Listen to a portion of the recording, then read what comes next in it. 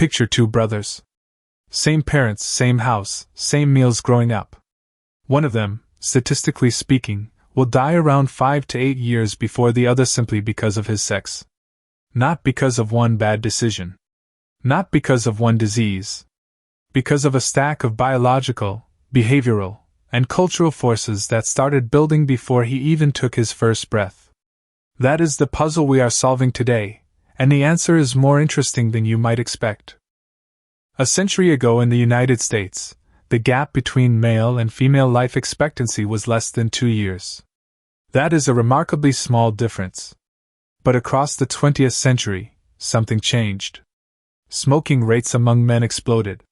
Industrial workplaces became more dangerous.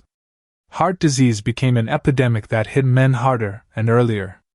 By the time we reached the late 20th century, that 2-year gap had ballooned into something much larger, and it has been fluctuating ever since. Here is where we stand right now. In 2021, the United States recorded an overall life expectancy of 76.1 years, down sharply from 78.8 years in 2019. And the gap between men and women that year hit 5.8 years, the largest it had been since 1996. Globally, Harvard's research puts the average at around 7 years. In some parts of the world, it approaches 8. So when the title of this video says men are losing years, that is not a dramatic exaggeration. It is a documented, measurable fact. Before we get into the causes, let me paint you a picture. Imagine a funnel. At the top, you have the broad biological factors, things baked into your chromosomes and hormones. Below that, you have lifestyle patterns, the daily choices around food, sleep, and stress. And at the narrow bottom of the funnel, you have healthcare behavior, specifically whether men actually show up to get checked. Each layer feeds the next. Understanding that structure is what makes the rest of this video click into place. Let us start at the biological layer, because this is where most people get things completely wrong. The male cardiovascular system ages differently from the female one. Men develop heart disease on average a decade earlier than women. Part of this comes down to estrogen, which appears to offer women a degree of cardiovascular protection during their reproductive years. Men do not have that buffer. Add to that the fact that male mortality is higher than female mortality at every single age group across multinational studies, and you start to see this is not just about lifestyle. Here is something worth sitting with. Across a large multinational analysis covering Europe, the United States, and other countries, researchers found that male mortality was higher than female mortality at every single age group. Not just in old age. Not just in the middle years. Every age. That means whatever is driving this gap, it is not something that suddenly switches on at 50. It is operating from the very beginning of life, which tells us the biological component here is real and significant. Now let us move into the lifestyle layer, because this is where the numbers get uncomfortable. Men are significantly more likely to die from accidents and violence than women. That includes traffic accidents, workplace incidents, and injuries that come from taking physical risks that never get questioned because they feel normal. Men account for the overwhelming majority of workplace fatalities in most countries. These are not random events. They reflect patterns of behavior that are culturally reinforced and rarely challenged, and they are quietly shaving years off male life expectancy. Cardiovascular disease deserves its own section because it is the heavyweight champion of male mortality. Men are 50% more likely to die of heart disease than women, according to Harvard's review of the evidence. High blood pressure, high cholesterol, inflammation, and arterial damage all accumulate quietly over years before they announce themselves as a heart attack or stroke.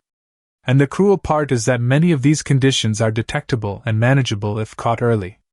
The biology is not a death sentence. The lack of detection often is. The COVID-19 pandemic did not create the gender mortality gap, but it widened it significantly. The JAMA internal medicine analysis found that COVID-19 was the single biggest contributor to the gap widening between 2019 and 2021. Men died from COVID at higher rates than women across nearly every age group. The reasons are still being studied, but they appear to involve immune response differences, higher rates of underlying conditions like hypertension and diabetes in men, and the fact that men were less likely to seek care early in the course of illness. Drug overdoses and unintentional poisonings are another major driver of the widening gap, and this one does not get nearly enough attention in mainstream men's health conversations. The JAMA study identified unintentional injuries and poisonings, particularly drug overdoses, as a key factor pushing male mortality higher between 2010 and 2021. Men are disproportionately represented in overdose deaths. This intersects with mental health, with pain management after injury, and with a cultural tendency for men to deal with distress privately rather than reaching out for help. Suicide is one of the most painful parts of this conversation, and it belongs here. The JAMA analysis identified suicide as a measurable contributor to men dying earlier than women. Men die by suicide at significantly higher rates than women in most countries. Sound familiar? This is the same pattern we keep seeing. Men experiencing something serious, whether it is pain, depression, or desperation, and not asking for help until it is too late. The biology of risk is real, but so is the cultural script that tells men to stay quiet and push through. Now we reach the bottom of the funnel, and this is where things get genuinely fixable. The U.S. Agency for Healthcare Research and Quality found that men are far more likely to skip routine health screenings and are less likely than women to have seen any doctor in the preceding year. Any doctor. Not a specialist. Any doctor at all. That means conditions like high blood pressure, elevated cholesterol, and early-stage prostate changes are going undetected in men who could absolutely do something about them if they just showed up. And here is the million-dollar question. Why do men avoid the doctor? Research from multiple countries, including a Dateline Health Africa analysis, points to a consistent cultural expectation that men should project strength by not complaining or seeking help. It is not just laziness. It is a deeply ingrained message that needing medical attention is a sign of weakness. Men in African countries show the same pattern, with higher rates of hypertension, stroke, and diabetes linked directly to delayed care. This is a global behavior, not a regional quirk. Let us talk about what actually happens when men do engage with healthcare, because the news there is genuinely good. Blood pressure is measurable and manageable. Cholesterol is a number on a page that can be tracked and acted on. Prostate-specific antigen testing, the PSA test, gives doctors a window into prostate health that did not exist a generation ago. Skin checks catch melanoma when it is still treatable. These are not complicated interventions. They are appointments.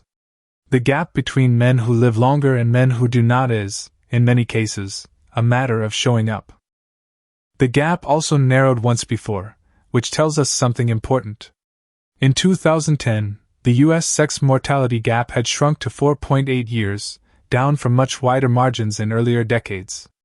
That narrowing happened as smoking rates fell, as cardiovascular treatments improved, and as more men began engaging with preventive care. It is proof that this gap is not fixed. It is not destiny. It responds to behavior, to medicine, and to culture. The fact that it widened again to 5.8 years by 2021 is a warning, not a verdict. So what does all of this mean for Craig, the guy watching this video on his lunch break or lying in bed at night wondering if that chest tightness last week was worth calling about? It means the biology is real, but it is not the whole story. It means the lifestyle factors are serious, but they are also modifiable. And it means the single most powerful thing most men can do right now is not a diet plan or a supplement.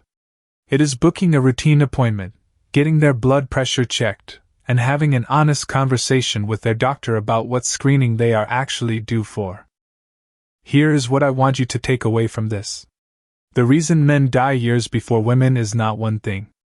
It is biology working against you from the start, lifestyle patterns that carry real physical cost, and a cultural story that has convinced too many men that asking for help is weakness.